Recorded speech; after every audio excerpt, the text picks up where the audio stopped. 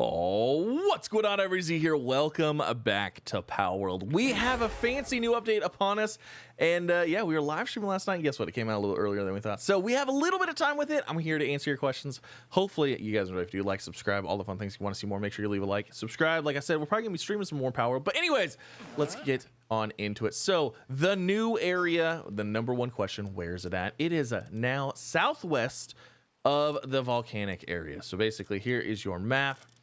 As you can see, as discovered as it is, this was the previous update. As you can see, it is southwest. It is a giant area, lots of stuff here, tons of things to explore, lots of enemies to take out, lots of good times. Now everything here is between level 55 and 60, so there is that. Also, while you're on your way over here, you're going to encounter something brand new. And if I start heading a certain direction here on my fancy jet wagon, you're gonna get this notification right here. It is going to say, entering anti-air zone, dismount your PAL to avoid being shot down. It's not joking. Get off your PAL and you do not want to mess with that. It is for me, with that jet wagon, it is a one shot. It will hit me once and I will die. My jet wagon will get knocked out. It is not a fun time. Now, there is a little bit of leniency with it. So what I did and how I do this, how I deal with that anti-air stuff is you get whatever you're using and make it quick and just slowly work to the area you need to and then top off and so on and so forth. Now, the area you're gonna be looking for a giant anti-turret thing. It is basically head in the direction that you can see campfires or whatever, but it is essentially this giant turret thing right here. Now, this is just a random camp. I don't know at this time if these things respawn or not. I'm gonna guess that they probably do, so when you take them out, they're probably gonna come back eventually. But it's just a camp, and yeah, basically you can interact with it. You can take all the people out. The worst person in here is actually gonna be the Feybreak Berserker, and they shoot rockets, and that is what's gonna do probably the most damage to whatever you're fighting with. It's kind of a pain. Now, in order to disable this, you can shoot it down. It says it has like 1,000,000 health HP though. What I like to do, and it's just the easiest option, is go around and find the little terminal and just press F and hold to hack it, and then just hack it, and then just run. And that's it. And now the turret up top is gone. It's no longer there. So now you can call your favorite flying mount back over here. And yeah, you can fly around for a little bit. Now, there's a lot of them. They're everywhere. They're all over the map. So just because you take that one doesn't mean you're free and clear. There's a good chance that there might be another 2 or 3 in the area. So if you want to fly around, you're going to have to take those out. Now, the next thing on the list, let's talk about technologies. So the technologies go up to level 60. I believe level 60 is the cap. I'm not level 60. I'm only level 54. But there are a few new things added to the earlier levels as well. And there's also some things that are now, you have to unlock a different way. We're going to get into that here shortly. But basically, you just go through here, check out all the new things. It's awesome. It's fun. It's a good time. A couple of my favorite things that I've really been enjoying. I've been enjoying the guild chest. The anti-gravity belt makes you jump higher. It's pretty nice. The guild chest is basically like an ender chest. It allows you to access whatever's in that guild chest anywhere. So you can have any base. It's fantastic. You can have resources moving between bases now. It's such a good time. We have a coal mine. Other things is bags. There's now bags. There's also a pure quartz mine as well. But there's also bags. And the bags require an item that I've been getting a lot of questions about. This predator core. Now, the predator core is, you're going to get that as a drop from a enemy, and it's basically just a random encounter.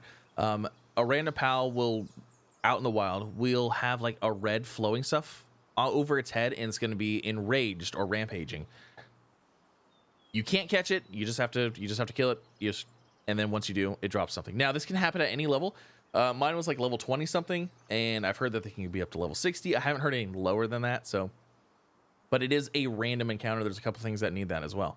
Another new resource that is pretty exciting, pretty new, I always hit the wrong button, is we have this hexolite. You're gonna eventually get this ingot. It's gonna be a hexolite quartz. That is what you're going to see all over this map, all over this area, is these things right here. Your dig toys can dig them up, anything really. It's nothing super crazy.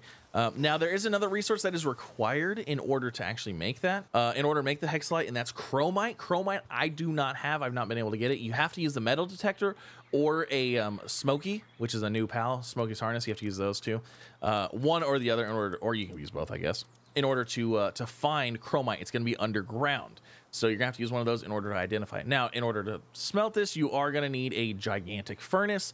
That's going to give you the ability to smelt this and then give you all your new items as well. All right, so another resource that you're gonna be looking for is actually, I've never found it during the day.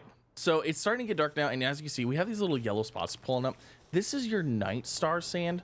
Now, I am in this cove area right here, part of the new area. Now, I have found it up the coastline here and up in here like this, but I really have only ever seen it when it's like getting dark or like in the morning. So I don't know if it's only available during the evening time and like you have like a, you know, special time that you have to come over here and find it.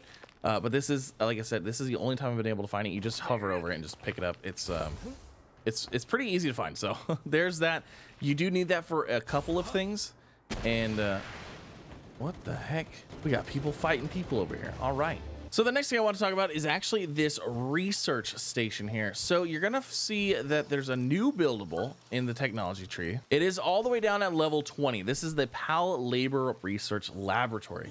This is what it's going to look like. You're going to build this, and basically you're going to have a skill tree in here of things that you can upgrade. So for example, handiwork, you can click on that, and then there's a certain requirements. So you can see that this requires that to research, and then there is a workload with that. Now, what this is going to do, it's going to basically do what it says, whatever it does. Now, handiwork's work speed plus 10%, handiwork's work speed plus 5%, so on and so forth. There's just different upgrade trees here. Now, there are some things that are now locked behind this research tree. For example, the electric pylon. You used to be able to just unlock it. Now you have to research down to this point in order to unlock it.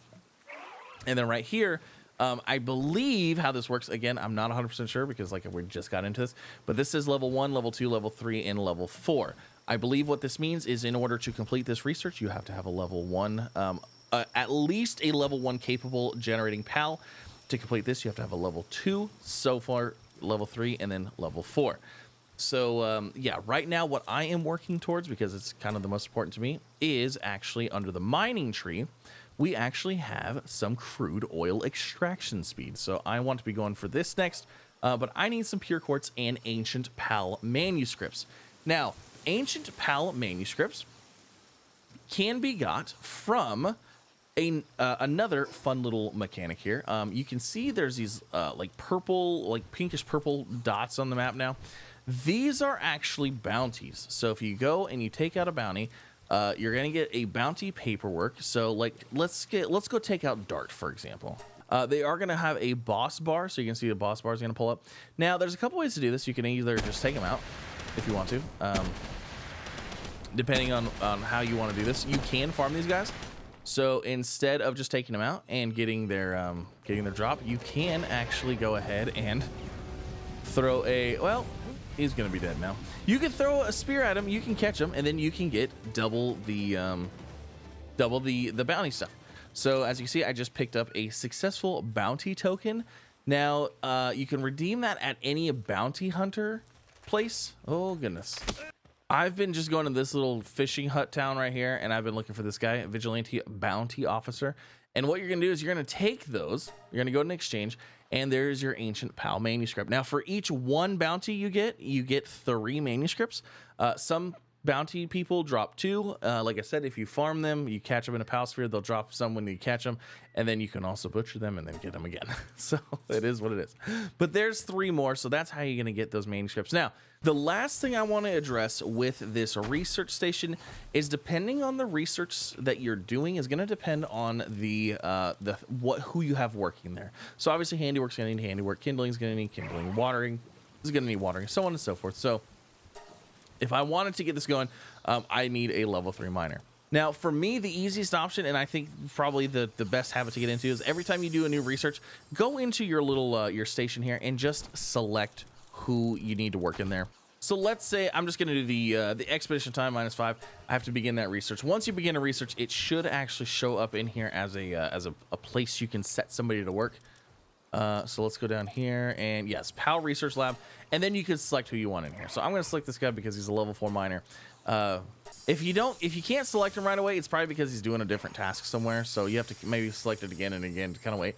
But yeah, there you go. Now, once you do another task, like I said, I would recommend just going in there, reselecting them, even if it's the same, even if it's mining or whatever, just to make sure it's still going, because I've queued up the next mining thing, and then like they just never come back. So I just re-queue that up. But that is just gonna end it right there. Those are the quickest tips. Those are the things that I got asked the absolute most during our stream. So hopefully those help you. If they do, make sure you leave a like. Comment down below, let me know what you guys think, and if you want more, maybe we'll make another video over a whole bunch more. But yeah, there's a lot of stuff going on here.